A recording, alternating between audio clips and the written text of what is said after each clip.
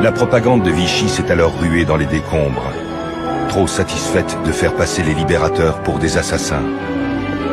Pourtant, ces premiers raids sont accueillis dans l'enthousiasme par les habitants du littoral. C'est le signe que la Grande-Bretagne ne les a pas abandonnés. Au soir du 3 mars 1942, l'attaque est déclenchée. Frapper la production allemande. Frapper la collaboration. Frapper aux portes de la capitale. L'opération mobilise 235 bombardiers. Les objectifs ont été atteints, mais à quel prix? Les bombes se sont dispersées jusqu'au Vésinet, à 10 km de là. Le bilan est terrible. Des dizaines d'immeubles pulvérisés, 371 morts, dont 66 enfants. Sur les ruines encore fumantes, une autre guerre a commencé. C'est une guerre de propagande que Vichy a sournoisement déclarée aux Alliés. Aux funérailles des victimes, le maréchal Pétain fait lire une lettre. J'ai vécu, minute par minute, vos affreuses tortures.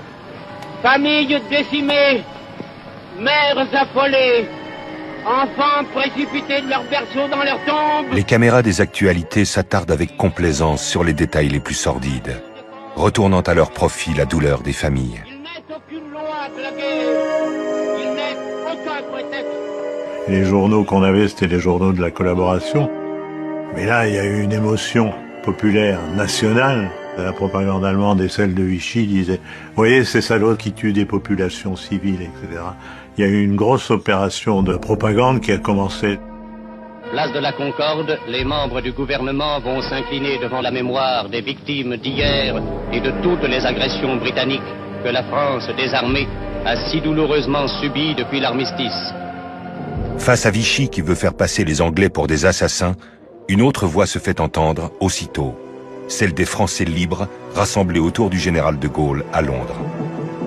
Dès le lendemain du bombardement de Boulogne, la France libre s'adresse aux Français.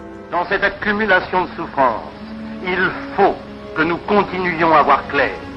Il ne faut pas que les sentiments les plus légitimes obscurcissent pour nous le but final. Depuis les studios de la BBC, Radio Londres lutte pied à pied contre la désinformation orchestrée par Vichy, en rappelant quelles sont les véritables cibles visées par les Alliés. Et que les raids sur la France ont pour seul but de vaincre l'Allemagne.